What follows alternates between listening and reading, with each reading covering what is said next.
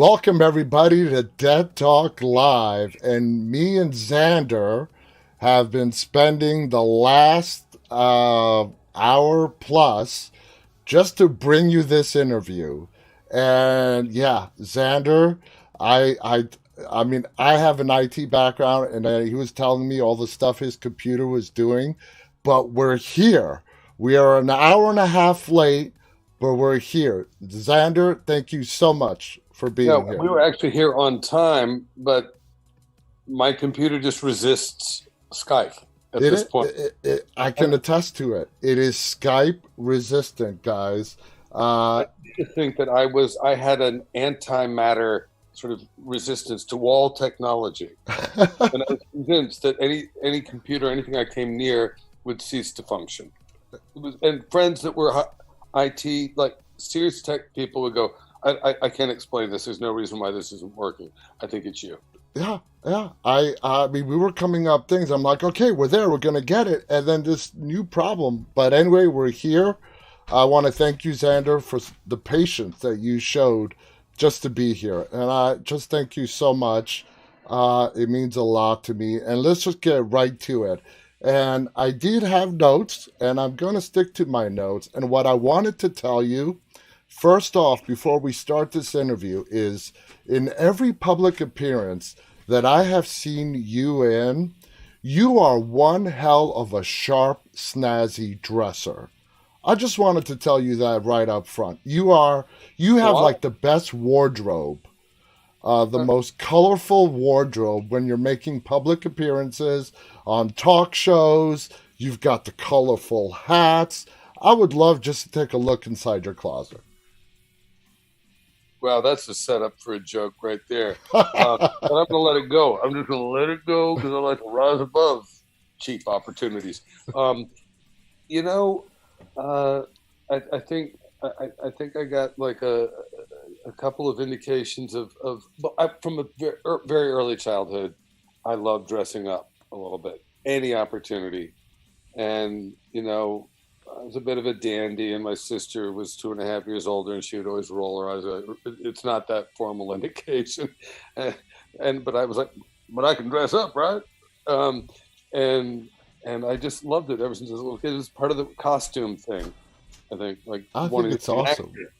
I love your wardrobe. I just wanted to point that out. I think you're a great dresser. Now, as I was trying to figure out how to do this interview, you have 242 professional credits. Okay, you have been doing this for professionally for 40 years. Mom This Dearest is year, coming up with its 40th anniversary very soon. I just agreed to do a little interview thing about it because I think maybe I'm the only person still alive that was in it. No, Diana, of course, is still alive. I hope she does it too. I love her. She played the lead so role. so how was that in 1981? You do your, I guess, professional film debut in Mommy Dearest. You played Christopher, the adult Christopher Crawford.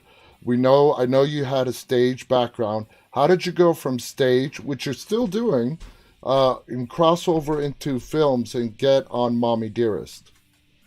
Well, I did a play in New York. I was classically trained. I was doing experimental theater when I was like 15, and sort of taken under the wing of a really great experimental theater group that was in the countryside in New Jersey that had been working with Joseph Chaikin, who was a sort of a god of experimental theater in New York City, and I got into it, and then I wanted to do more theater because it was right for me, and and then I started doing Lorca and Shakespeare at 16 and 17 and stuff like that, and then I tried to get a good, well-rounded college education. I was bound for, I was in the Honor Society, I was president of my student council. I was supposed to go to a really good school, and then I went to this sort of experimental brainchild of Smith, Mount Holyoke, Amherst, and UMass in Massachusetts, called Hampshire College, Hmm. and it was at its inception a very progressive school, and they allowed you to sort of create your own uh, structure of what you wanted to study, and then you would eventually have to do everything, but in order to graduate. But in the beginning, I just did everything in order to graduate in my major, which was theater and Mm-hmm. art. And after 2 years, I was playing Malvolio in 12th night at Mount Holyoke College, and my parents came up, and my father saw it, and he said, "Man, I don't know what more you would need to do this, if this is what you want to do." And he listed the different things that my father did not flatter. And so he said, "So if you want to stay here and get a degree, if you want to go to New York, you want to go to London, I'll back you 100%. And I went, "Well, that's the only degree I need right there." Wow. So I'll go. And I think right now it would be go to London.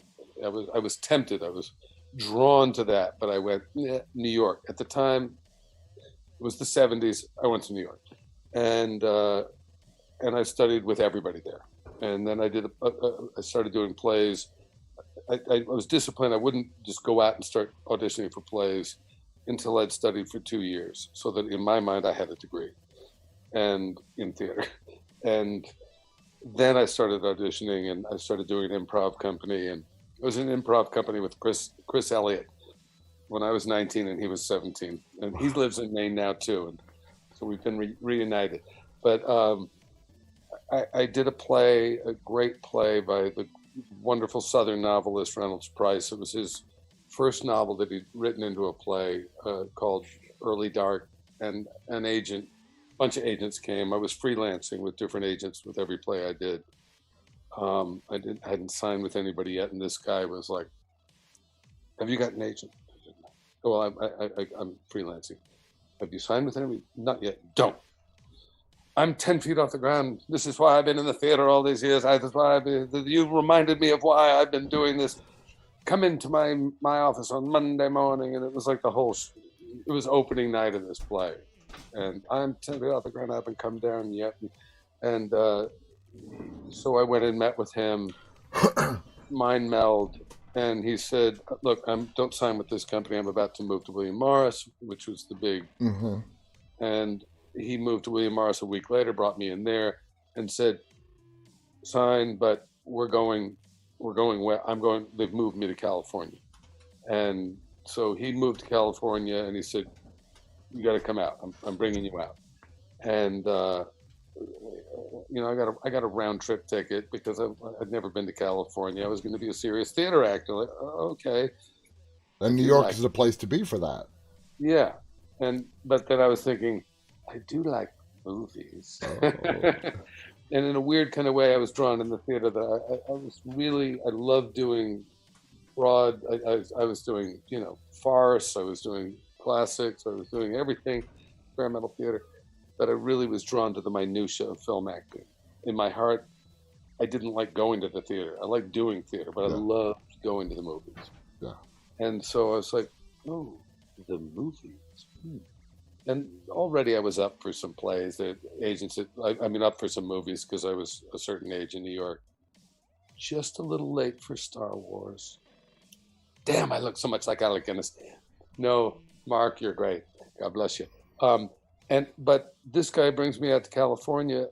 He gets me on the phone right before I leave. He goes, I said, "Yeah, so I got a round trip ticket." And he goes, and he was a wonderful, fabulous guy. "Change your round trip to a one-way. You won't believe the shit walking around this town calling itself an actor. You're going to start to work and you won't stop." He was what? I was like, what? So I changed my round trip to a one-way. And I started working and I didn't stop. But it did take me a year of just paying pure dues. Yeah.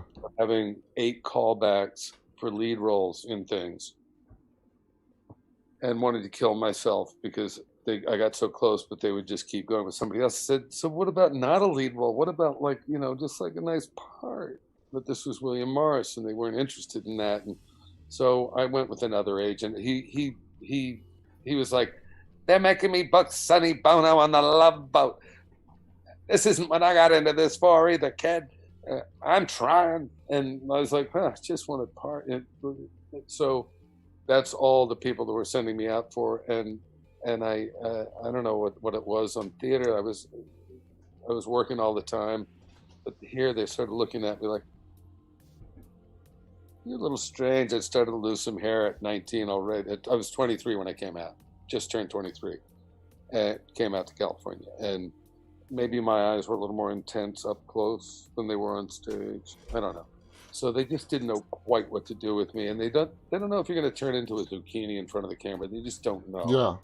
So I'd sort of fallen apart. A year in, I finally succumbed and took a job in a restaurant because I was going to burn up all my baling hay money, which I'd come out with. Like I'd stockpiled my baling hay money since I was a kid, and I was burning through it. So Mm-hmm. I'm starting to wait tables. I'm going to kill myself. Um, I wasn't supposed to do this. I know I'm supposed to be in the theater, and then all of a sudden I run into him on the street after I've left him, and he hasn't come to see my play. He's gotten out of being an agent, and he's in casting now for something else. And he goes, "How did you know that I would be here?" I said, "I didn't know. I'm shopping for Christmas presents because I can't fly home." And he says, "Go over to Lynn Stallmaster's office now. They've been calling me all day. I just happened to run into him while I'm shopping, and I haven't seen him. And he's like, 'Called you 4 times today. Did you change your number?' All right." So I go over to Lynn Stallmaster's office, and they say, "Go over to Paramount Pictures now." And I'm reading the script. They want Lynn's not here. He's already over at the studio. They've been waiting. They want you to come in. I'd met him in a general interview that Stuart Jensen, this agent, had set me up on, and I had to wear a suit. I didn't have a suit. I stopped at a friend's house, big guy, one of the few people I knew from New York that was there, and the suit's a little baggy, and I look like crazy when I come in. The minute they open the door, they just look at me in the baggy suit and they go, "Ooh, good to see you."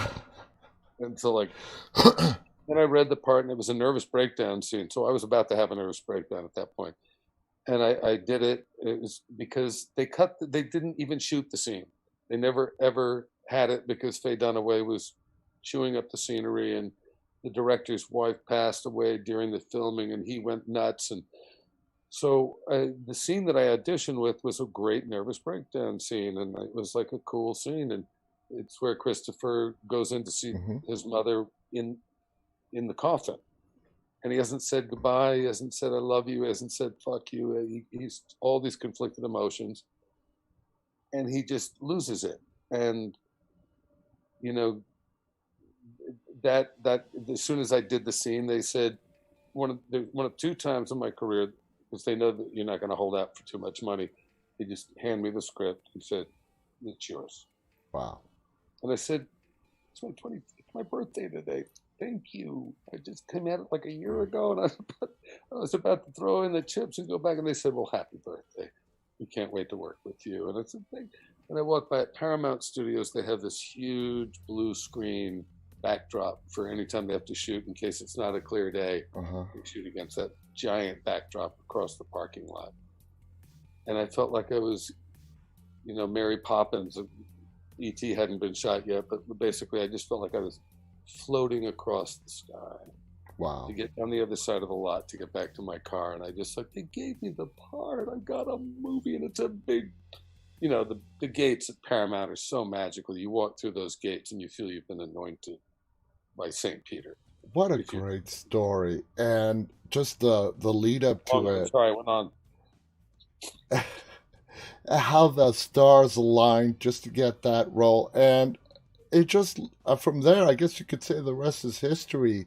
I mean, your early credits include some of your TV credits: MASH, Incredible Hulk, Remington Steele, A-Team, V, one of my favorite shows. And then you land on Terminator 2. Okay? First of all, does it annoy you that when you go to your IMDb profile, it says that you are known for Terminator 2? Well, like as you're saying it, like I suddenly feel like, but wait, I got Volunteers before that, and Volunteers is, it was a big Tom Hanks movie Mm-hmm.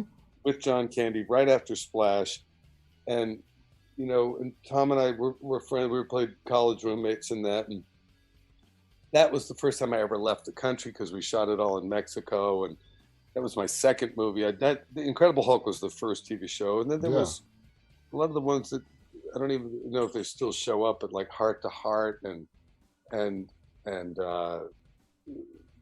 there were Tales of the Gold Monkey was one of the early ones that nobody remembers now, but those early shows when you would get the call from your agent, as I switched, as soon as I did Mommy Dearest, and you were asking before about what it's like to go from theater to, I saw myself in Mommy Dearest. And the story is that, without going back to it too much, but it is the 40-year anniversary.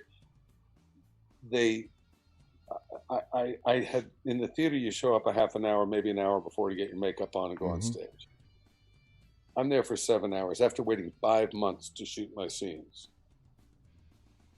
And going to touch base with the director at a certain point, and meeting two movie stars, and one Faye Dunaway as Joan Crawford stepping out of a white 1930s Rolls Royce. Hello. And Xander's going to be playing his, prances off, out of her mind. And you think I'm crazy. And the director's like, oh yeah, we're all on track. And then the day I show up to shoot the big nervous breakdown scene, he comes over to me. I'm in the funeral home, a real funeral home with real flowers. My grandmother just passed away. She was very Joan Crawford. And I was like, holding all these real emotions for 7 hours? How long does, okay, Xander, they're ready for your shot. They got it all set up. Just and the director's going to come just chat with you for a second. Frank Perry comes over. He goes, Diana Scarwood, plays your sister. Oh, you know her. You met her. You've already shot the other scene in the lawyer's office. Okay, so this is the final day of shooting, and I get to finally do the big thing. And so she's going to come out from behind the curtain. You two are going to greet each other. You haven't seen each other in a little while, and you're going to go exit. The curtain. Where the body? Anyway, and I say, well, so when am I going to go in to look at the body? And he said, oh no, that's a scrub. We cut that months ago. No. She's going to, we don't know that he actually was. Anyway, so she's going to come out. You two are going to greet each other, and you're going to go. And remember, everybody, no acting. He walks off.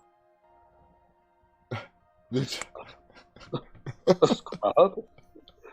What's a scrub?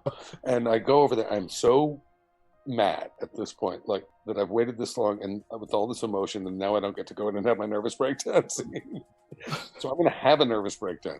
So I go over and like, okay, no acting. So I looked like an alien on LSD, like some sort of like insect from another dimension, with my eyes were like sticking out, and I'm like, when I greet her, and I saw that I went to the cast and crew screening before it opened, and I was like, I'm going to go hide under a rock, and then I'm going to go back to the theater because I need to be seen at a distance, because I am too much information, and I don't know.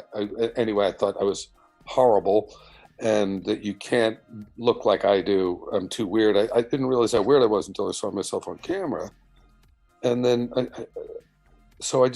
but in the meantime, before the movie had come out, I'd started doing a bunch of TV. Because as soon as you've had the seal of approval stamped on your forehead, you've been in a big Paramount movie before it came out. Yeah. I was working. Yeah. And but I didn't think I would ever work again once it came out. But somehow I did. Yeah. And then I got volunteers, and then I was working, and I was playing a sweet guy in that. But then by the time somehow I'd played enough, I told my agent early on, I want to get used to cameras, because cameras aren't used to me and I need to get used to them. We need to build a relationship. They've got a different bad guy on every episode of television as I see it. So I need to, like, I trained as an actor in the theater. I want to train as an actor in camera. Just get me any bad guy, because already at the time they were resistant to racial profiling, as whether Black or Latino. They didn't want to keep making those guys the bad guys. So, but if you were a little bit starting to lose your hair and you had crazy eyes, perfect. And I had theater chops. I could do any accent. So I was playing German terrorists. I was playing, speed freaks. I was playing, crazy psychos. And I could go into the office, and everybody said, they need to see it walk in. They need to see, they don't have an imagination in Hollywood. Like in the theater, they respect craft. They just need to see the guy walk in. Mm-hmm. So I was a makeup artist in the theater from early on, because I'm a painter and a sculptor, and that was what another whole conversation. I would go in and make myself up to look crazy, like I need to, I'm joking. But I would at the time break the capillaries and or redden the eyes and or decay the teeth and darken, put shit in my hair and just go into the office and go like, huh. And they, because Mommy Dearest, I got the part because I look like in the baggy suit and I look like, and they said, so would you be willing, I remember in the Mommy Dearest interview, I'm keeping this whole interview is going to be about Mommy Dear. They said, would you be willing to lighten your hair a little bit? And I said, well, I knew he was supposed to be damaged. And so I remember answering, I haven't been out in a long time, but if I go outside and just with a little bit of lemon juice, I know that my hair will go blonde again. And like they just, he's fucking crazy. He's perfect for this. And they gave me that part and they go, no, we'll lighten it. You're fine. Just leave it the way it is. And because I can go outside, I'll go outside. But so I would go into the rooms like I was fucking crazy. But I would be nice. Yeah. But I'd be like, so they'd say, so are you ready to read? I go, I've been reading this whole time. Yeah. What? And then I would get parts, but the word got around that I was a fucking psycho. I don't know how that got around, but that I would always show up on time. I would always have all my lines memorized. They would never have to do another take because of me. And I was no trouble. So I kept getting work. But there's a little bit of a but I made a vow to myself because I was a little baby hippie and I went, if I'm going to play bad people, if I'm going to hold a gun, if I'm going to do this shit, I'm going to make it repulsive because I don't want to encourage anybody to do anything bad to somebody else, or it's going to appear on my Akashic file, and I won't do well in the next Bardo because I know that I shouldn't. And so I do something that actors don't do, but you willingly sacrifice your vanity in the service of a role. Yeah. To help tell a story. And on a spiritual level, you make wrongdoing ugly. You don't make it sexy. You don't make it vile. Yeah. And then people won't want to behave that way. It was my thinking. But then I can remember, like, I would go and would chat up a casting director, but they'd seen me in things and they'd heard the stories. And I just remember Mally Finn is one of my favorite all-time casting directors who cast Terminator 2. And I can't remember whether it was the interview for T2 or something else after that or before that. And I just said, I think it was some big Joel Schumacher movie that was after that.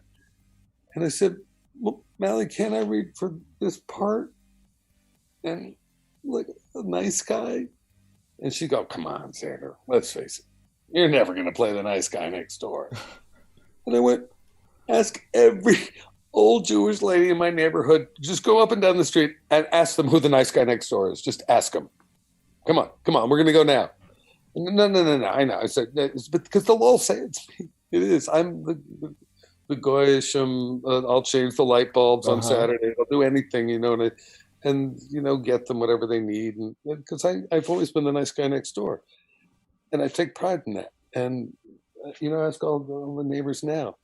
But she just said, you just have that lean and hungry look about you. Oh, okay. And you're like, what exactly does that mean, lean and hungry? Well, I didn't know until I told my mother, because my mother was a Texan and she had me in her 40s and back and visiting her. And she says, honey, I see you as such a sweet boy, but they just have you pegged for a weirdo out there. And I said, yeah, I don't get it entirely. I guess I did too many of those characters early on. But just the other day, I had an interview with a casting director who I really like, and I think we're really friends. And she said that I just have that lean and hungry look about me. And she goes, Wow, that's exactly what they used to tell me. Looking at all your roles, uh, you're not the bad guy. I don't see you as the bad guy, whether it's in 24, okay, where your character ended in 24 making a sacrifice. That's the closest I ever came to redemption as a human, as an actor. Yeah, you sacrificed yourself to save Jack Bauer and help him in against the terrorists, which was a part of every season of 24. But I saw you as the character that you just want to come up to and just give a smack to the back of the head of that character and say, snap out of it, get your head out of your ass, stop being, such a dick to so and so and whatnot. Not the kind of person that you would want to go to and like kill, like characters like bad antagonists that you see on TV that you just want to throttle them with a baseball bat. It's because you caught into my career like I'd already done those roles. Mm-hmm. And I'd done them. I'd actually, in my 20s, I did it a few too many times and felt like it was starting to, even though I had my moral thing about like make them bad, it was a negative energy. And I tried different ways I would play psychos. I played the bad guys for a while, but not in big movies. Yeah. I played them in a bunch of TV stuff. And like for Michael Mann and for serious good TV. But I did a couple of serial killers and a couple of just psychos and bad guys. And I tried to go about it intellectually. I tried to go about it sort of emotionally in the beginning. And it just, you don't bring it home. Like you're not going to start acting that way, but it just stays in your body. Yeah. And it stays in your head. And you're trying to, because you're trying to be good. When you're young, you just want to get into it and stay into it. And I would listen to like crazy music right before and then I would go. And I would just stay in this place. And it just felt like it was not good. Mm-hmm. And I remember one of the last ones I did was, I was doing LA Takedown for Michael Mann before we did Heat. I was the only guy that was in both, but it was the exact same script as you may know. You're a cinephile. Well, in the LA Takedown version, I play the Wayne Grove character. And in that, a friend of mine was writing a book about, she ended up writing for Rolling Stone, all these she's a great writer, Jennifer Allen. And it was about a book about the fans of the hardcore, like fans of serial killers. She was writing a book about Richard Ramirez, the Hillside Strangler. Yeah. And he was on trial at the time. And I went down I did drawings for her for a book. And I was down at the criminal courts and in the back of the fucking courtroom, drawing Richard Ramirez. He's shackled. He's got this. He was a scary, he was a scary motherfucker. Absolutely. And he was just evil. And he had all these fans girls that wanted to marry him and stuff. And she was writing about that phenomena. And he was shackled and he could sense that I was drawing him. He was all the way at the front. And you could just see, and he was rattling in his chair, handcuffed behind him. He was like, heaving back and forth. And I just remember he did this one thing where he just like turned and I was all the way up in the balcony.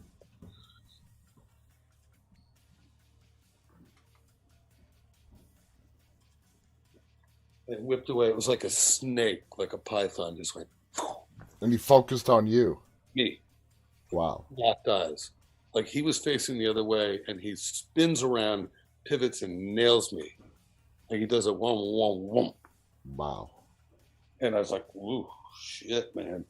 But it was so scary that I used it for this Wayne Grove character. He immediately put his physicality into my body.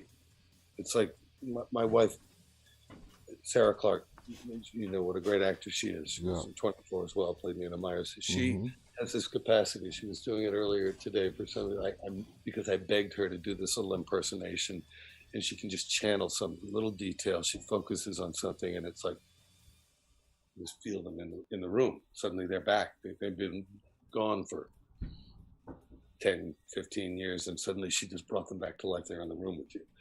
And for some reason, I said, I'm not going to think about dark thoughts. I'm not going to feel bad energy. I'm not going to get into, I'm just going to physically do his physical behavior because it was so disturbing. I'll just use that for the Wangro character.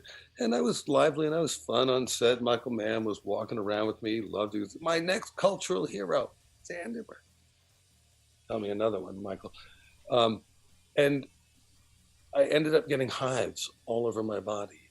And I ended up actually at one point during one of these scenes, right at the end, it like almost in my throat, they had to go and give me some sort of steroid shot so I could breathe. And like that's how, and so I swore off those characters forever, and just won't go there anymore. Those movements that you were just doing reminded me of the movements you were sort of doing in The Dark and the Wicked as the priest. You know, really? Sort of hunched over, head down. And I've told you this in our many conversations. That is the creepiest priest. You playing, which is a demon. You're playing a demon that's mocking a priest. Yeah, I just said I swore off the dark character. I think I'm just now in my 60s feeling like I can go there now. I feel comfortable doing it. And feel like I'm impervious to Yeah. I have the power now to have control over it. Now, why The Dark and the Wicked was like the top horror movie in 2020. I wanted to ask you, it was such a small but intense role. What attracted you to The Dark and the Wicked? The Wall of Mexico was at South by Southwest. And nobody saw the Wall of Mexico. I'm gonna bet money on it. But it got into South by Southwest, and I shot it in Mexico right before we moved to Maine. And it was a fun movie, and we had a great time down there. And I was happy to go celebrate it at South by Southwest. I went to college with Janet Pearson, who runs the festival, and I was excited to see her. And I've done a bunch of movies in Texas. My relatives were all down there, so I was having a ball at South by Southwest. And a producer friend who I'd done the Louisiana Film Prize with, we both had been judges, Gregory Kallenberg. I'm going to give a shout out to him and the Louisiana Film Prize because they do such a beautiful thing with famous chefs and just great chefs, star chefs, and great musicians and films. And they give a film prize to young filmmakers that make movies, short films in Louisiana. They give prize money for them to do their next movie there. And it's a really great thing. And Milan Chakrabarty was I think I got his name pronounced right. I said it fast in case I got it wrong. But Milan is just the Hollywood Hindu is his handle on Instagram, and he's awesome. And we'd become great friends as judges in Louisiana. And so he comes up and says, "Xander, what are you doing next week?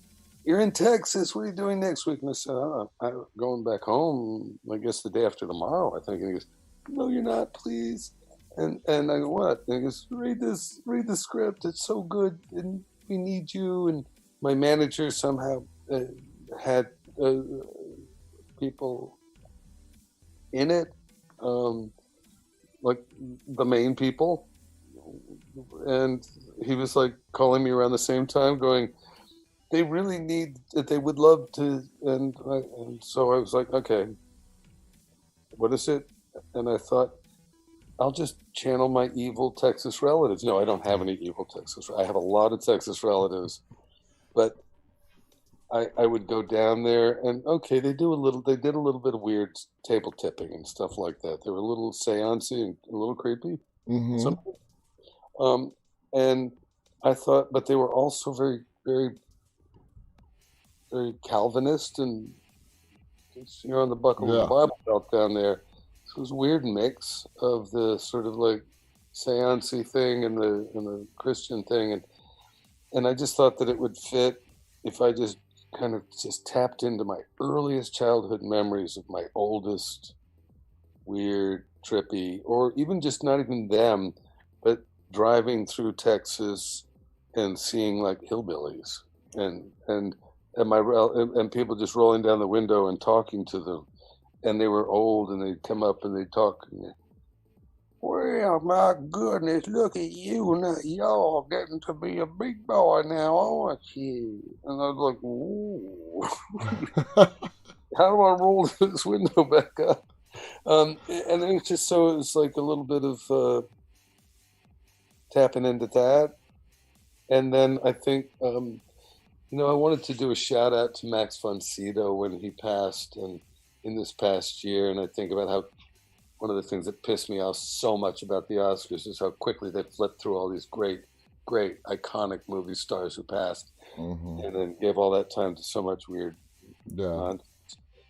Max Fonsito. I mean, come on. John Connery. It's like Olivia de Havilland. Yeah. Let's show some fucking respect. And him, when he was this iconic leading man for Ingmar Bergman, and so he played a priest in The Exorcist. The Exorcist was the scariest movie of all time. And I thought, a little bit of an homage to his kind of iconic, sort of archetypal ness, and then crumple it up into a weird Texas cracker. Make it your own, yeah. Make it my own, and it was just an incredible opportunity to do something in just a few days. It was great. I didn't bring my kit. I didn't have my makeup kit, so I had to do it all with and they did, and the makeup artist, it was a low budget movie. They didn't have much of a kit.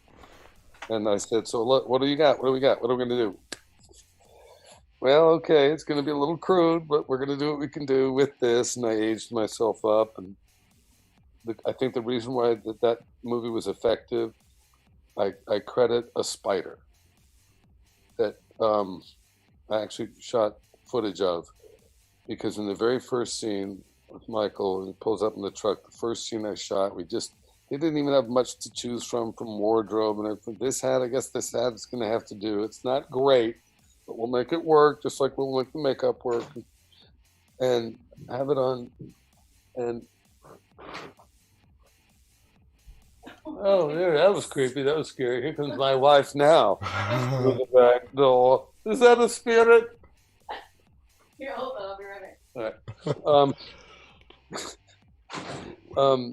That he pulls up in the truck and it's starting to rain, and I come up and I'm being creepy with him, like those old weird mountain people that I remember in Texas in the 1960s that were ancient. So like I was tapping into that character, and I'm there just waiting. And as soon as his truck pulls up, I feel something in the first rehearsal. It just sort of it was the first take. In the master shot, and it just something hit my hat, and I saw something in my peripheral vision, and I just stayed in it. And then we cut, and we're going to go again from another angle, another take of that. And this spider went right, like a massive spider, went right under the rim of my hat. Wow. That, and then climbed back up on top. And I took out my camera, and I just took a picture so I could see what the hell was up there. And it was like, oh, that is fucking creepy. There were spiders in the script. Yeah. And I had come in like the day before to get ready for this thing, like out of the blue. So I hadn't really mapped out. And I didn't realize that they couldn't quite, it would be too on the nose to have a spider in the scene, but I just thought, wait a minute, there's something about spiders. This thing wants to be in this fucking movie. And I said to the director, and this is like to Brian Bertina's great credit, he didn't shut me down. I said, can we just leave him up there and keep going, just see what happens? And instead of worrying about matching and sync, Yeah. He said, yeah, just go again. Let's just go again. And So we shot another take, and It was thing still creeped across. wow. And then we go and we do that angle, and then he goes in for the close up or on Michael's close up. And Michael Abbott, great guy. Those guys were great. Yeah, there's just cool people all the way around. And anyway, they come back on me, and on all the coverage, you know, it takes hours to shoot a scene, you know, a couple hours anyway, maybe an hour and a half at least to get all the angles. Mm-hmm. On a trip from the master shot, from his close up to mine, and the weather and the lighting. And that motherfucker stayed up there the whole time, just kept crawling around, would come under the hood, and go on the top. Ended up making a nest up on the very top. Wow. And just making itself at home. And I shot a video of it, as scary as the movie. I mean, considering that your character, considering that your character was the human form of a demon, you know what your story reminds me of? Like the Amityville Horror Story with the flies. You know how the flies represented the evil in the house? That sort of reminds me of your story with the spider being attracted to your character, which was the human embodiment of a demon that we find out at the end of the film. Well, I don't know. I think he might also have just been a good old country preacher. I think you're projecting a little bit now, aren't you? I might be. I might be. You like to leave it an open question as to who and what the devil is. Yeah, that's spooky how you could do that, man. That really is spooky. What was the first big budget film that you walked onto the lot of and said, damn, this is something like I've never done before? Well, you know, obviously the first movie you do is like nothing you've ever done before. And certainly we've talked about Mommy Dearest All We Need To.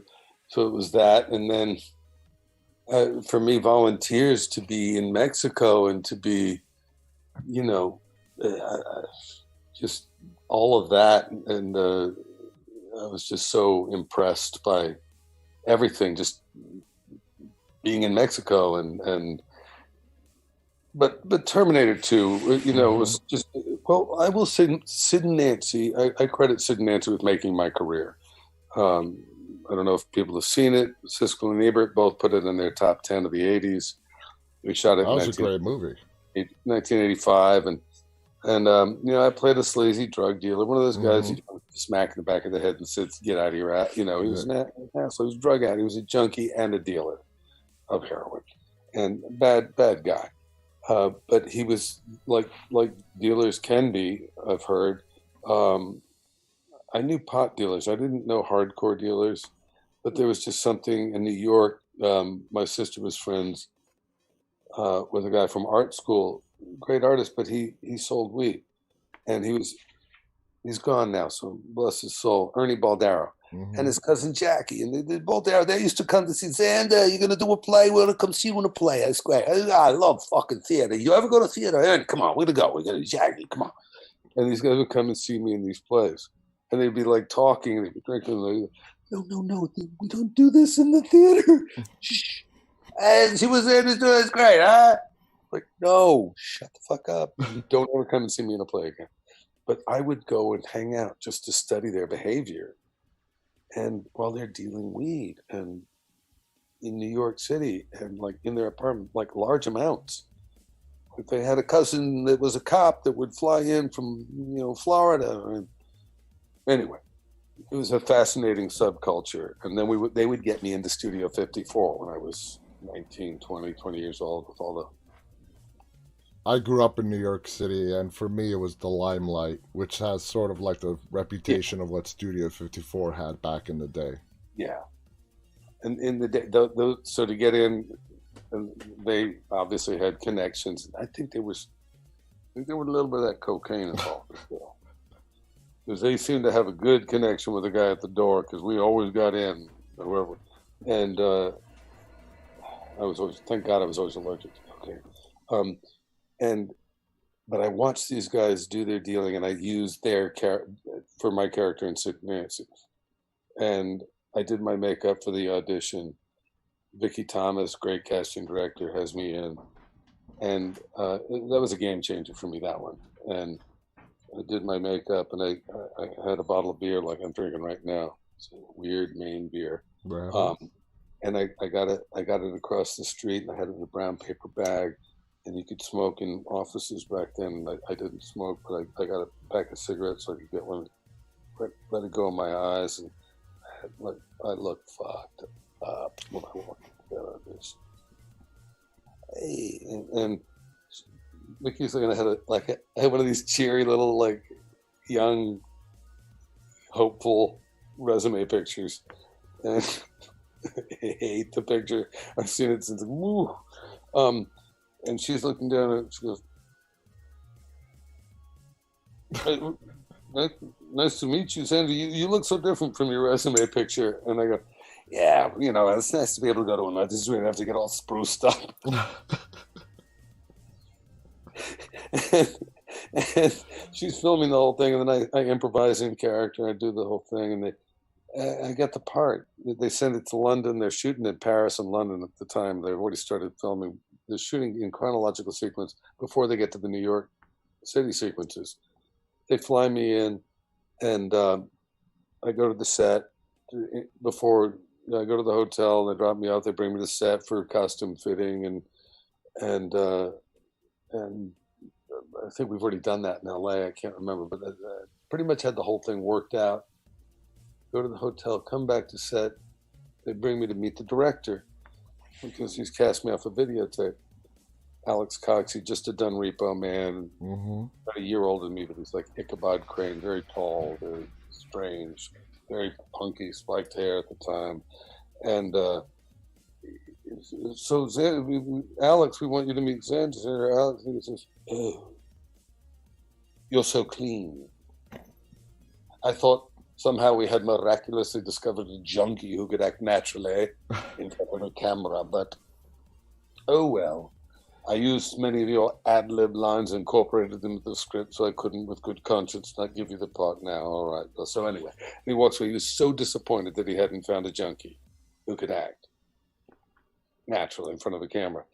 He was just like, oh, you're so clean.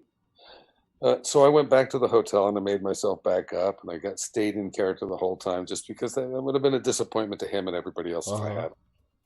And so it's weird, that one. And I just working with Gary Oldman, his first movie, he was so magical. Roger Deakins, Gary and Roger both got their first Oscars year before last. Finally, Roger Deakins, the greatest. One of the, up there with Sven Nykvist as the greatest cinematographers of all time. And just being with Alex, and he'd written the script with his then wife Abby Wool. There was such a confluence of energy and talent in that, and Chloe, who played Nancy, just everything. It was a great movie. I mean, there's no other way around it. It was a fantastic movie. All the way around. Speaking of Gary Oldman, I saw him in a brand new movie yesterday, The Woman in the Window. This has a great cast with Amy Adams, Gary Oldman, Julianne Moore are in this film. What? I've been Julianne Moore's husband in Safe. Yes, yes, you have. Adams, I had a phone conversation with on film in one film. And yeah, I feel so honored to have worked with. You've worked with everybody. You with Tom Hanks, even though you guys shared no scenes in Apollo 13, your character in Apollo 13, which was the NASA press person, your name was Henry, right? Yeah. I'm trying to put it in the right frame of words. You were not a bad person, but again, the type of character. A PR person.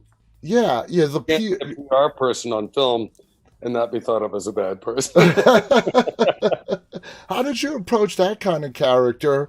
Like when you're talking to Tom Hanks's wife, and you're like, well, the news might show a little bit of this later on, and because they didn't show the broadcast while the Apollo 13 crew were doing it live, and you're trying to reassure the wife that the news might show some clips of it, sort of like. Why? And she's asking, why didn't they care last week when they were like, yeah, going to the moon, because suddenly they weren't getting the coverage. They've already been to the moon. It wasn't a big story until they were in danger of not surviving. Exactly. He said, it's like, well, it's news now. People they're involved. It's so simple. It just, he's an innocent on a certain level, delivering bad news. Don't shoot the messenger. It's like, well, people are engaged now. And he should have been more tactful in that moment and said, I know it's so messed up that they weren't covering it before, and they should have been, and now they want it because, but they wrote it that this is a guy in that culture. Like, well, this is what puts eyeballs on screens. Yeah. Yeah. It's not personal.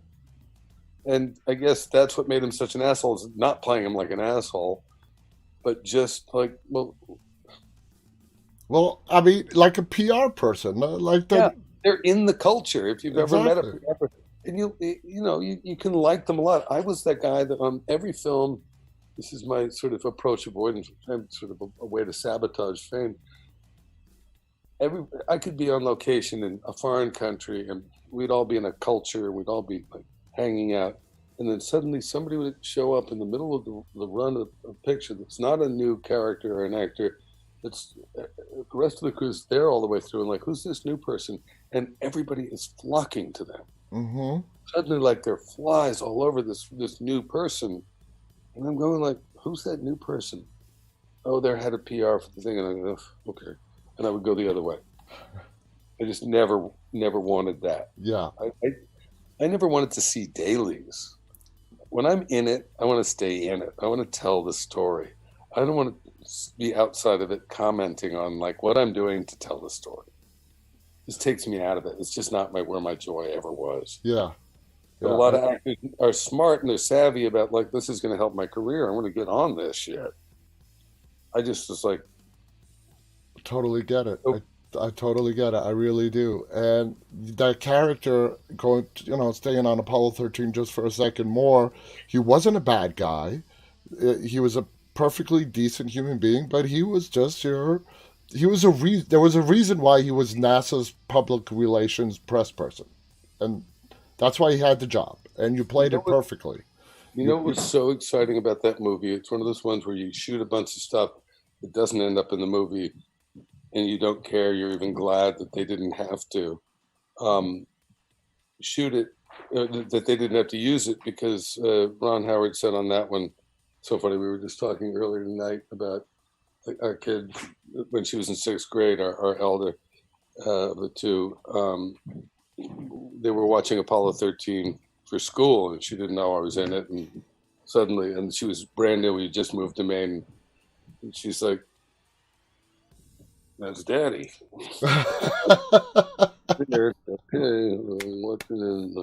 She's the only one that knows, and not everyone knows yet. And I was joking tonight earlier, saying, I look more like her than I do now. And I look like me now. But yeah, it was such an amazing movie to work on. And Ron, we had space school for 2 weeks, solid weeks, like crash course at in NASA essentially. But they had recreated NASA so effectively, so meticulously. NASA of the 60s was on the back lot of Universal Studios. And I remember when the NASA guys showed up to teach the classes, they'd been there in the day, and they walk into the set and they go, man, I haven't been here. And like, wait, I'm not here. Okay. It messed with their heads, how accurately they recreated it. Yeah. And, in fact, the people we were having dinner with tonight are neighbors with Jim Lovell. And that's what we were talking about at dinner, and the fact that that he's 96 years old, and he was talking about how he was walking his dog, and Mark's like, "Hey, Jim, you out there walking the dog in the middle of this freaking blizzard?" "Yeah, no, he's coming whether he likes it or not." He's like riding up the hill, and he's going to walk that dog. He's that guy who I can remember on set. I asked him, I just love this story about Jim Lovell. These guys are the greatest scientists, the greatest athletes, and the unbelievable, bravest heroes we have. These guys, I just can't believe it. And I say to him, like, "So wait a minute. You're there. You realize you're not going to be able to land. You somehow figure out you got to use the orbit of the moon and slingshot around get yourself back to the planet Earth, where you live and where you want to get back there. And there are all these obstacles, whether it be the heat shield or this or that or the other thing. And did you panic at any point in this process?" He said, "Well, now the thing you have to understand about panic is that, okay, suppose you engage in a panic mode for, suppose it lasts from 5 to 7 minutes. At the end of that interval of time, you'll be right where you were at the beginning of your panic engagement. With nothing accomplished. Wow. So it's a zero-sum game. So no, there'd be no point.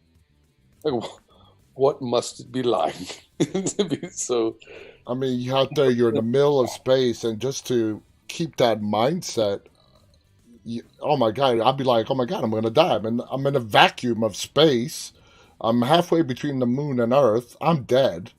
And I'm freaking out that I couldn't get on Skype. Like that. Back to Earth.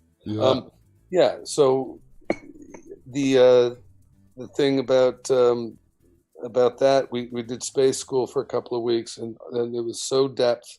And I was interested. I'd been interested since I was a kid, so I studied a lot when I went home, and I was just like depth study, download into my brain, so that when they used me as an insurance policy, essentially, Ron was saying, they had me, they had the press corps, group of extras with actors placed amidst them asking questions that the audience might be asking in case they weren't following the story. Yeah.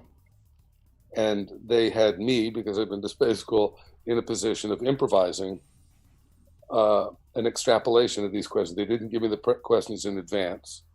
He knew that I could answer them at this point.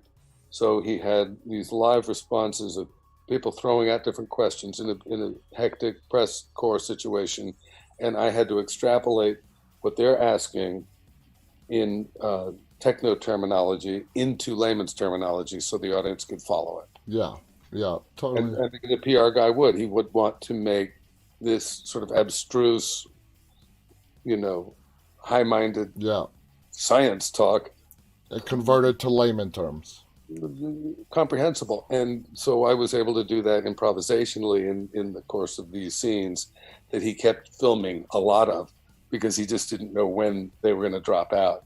And I remember when we were through and he'd edited it and we went to the premiere, he said, "Xander, I just want to say, you provided me with, I'm so sorry we didn't use more of your stuff, because it was all great.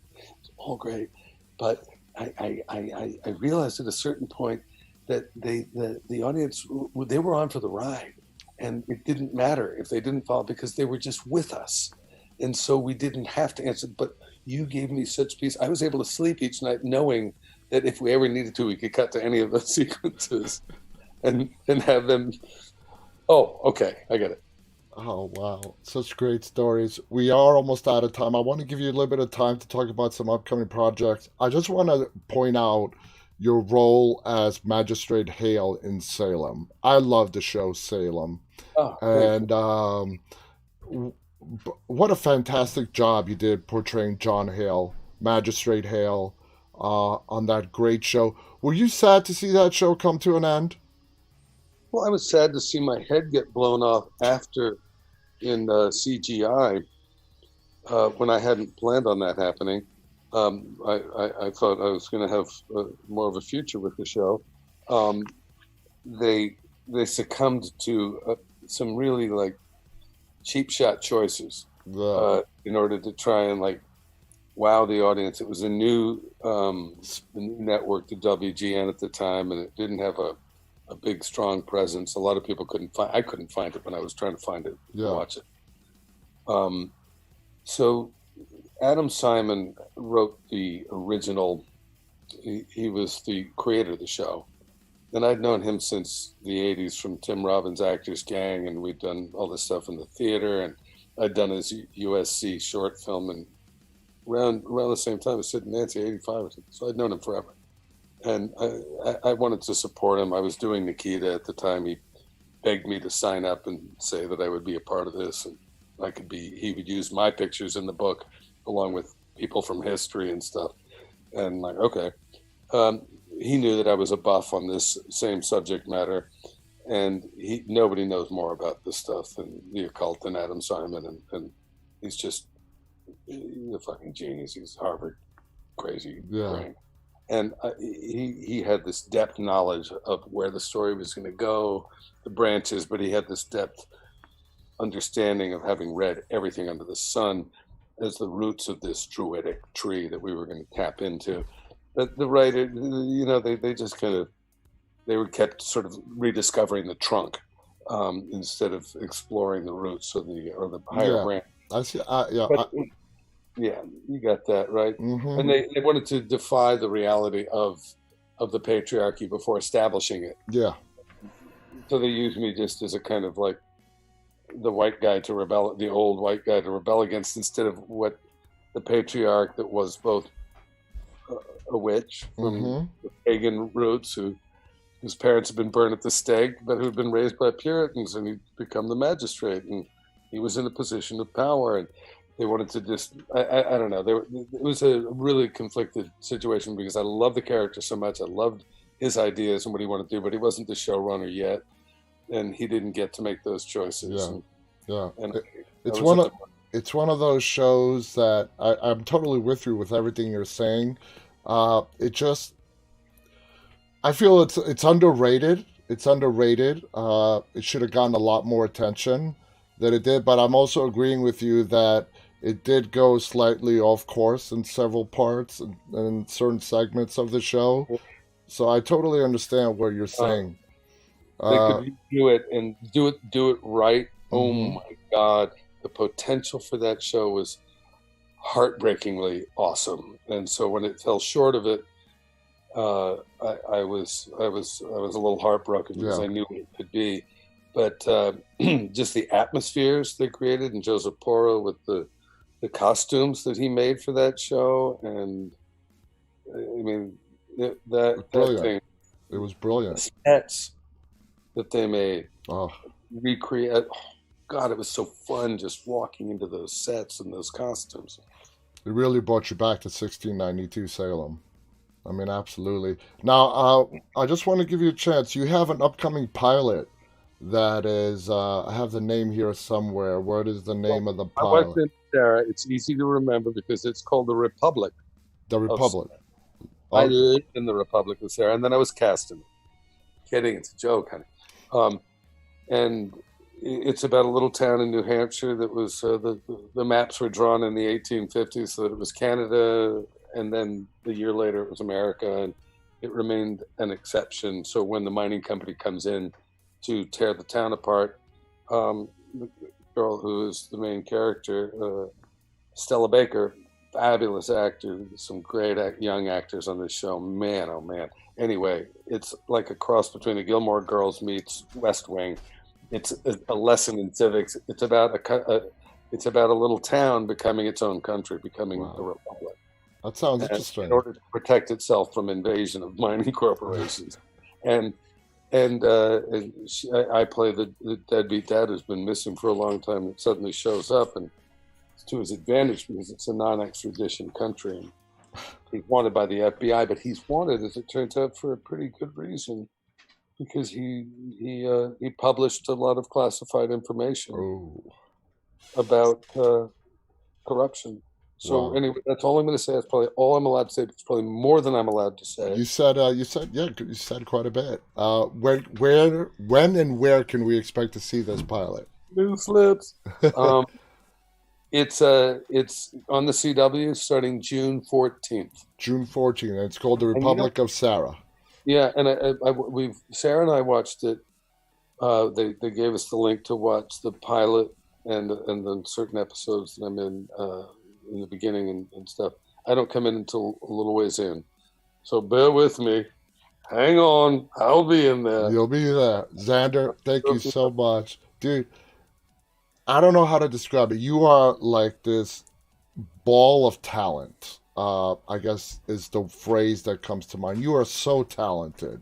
Uh, it's been an honor talking to you tonight, but not only that, the fact that we've been talking on and off for months has been an honor to just have these conversations back and forth and to actually get to talk to you face to face. Well, not virtually face to face, at least. It's been a pure honor. Thank you so much for your patience through all the tech problems we were having in the beginning. We put our heads together. We managed to get this interview live on the air. I give full credit to persistence on that on both our ends. Yeah, on both our ends, yeah. And my 11-year-old Rowan, who tried to open a new app on her thing, but her school doesn't let her do that stuff. But Yes. we tried everything. Yes, I have techno resistance, and I thank you. It's been a pleasure dealing with you. I love smart, intelligent, kind, thoughtful people like yourself. Thank you. And I don't like all people, but I got a soft spot for people that really are as tuned in and Thank you. That means so much. I'm not going to hold you any longer. It's late into the night. Thank you so much for joining us, for being a part of this interview. Guys, thank you so much for tuning in. Have a great weekend. On behalf of Xander and myself, stay safe, guys. And as always, stay walking. Till Monday, have a great weekend. Bye-bye.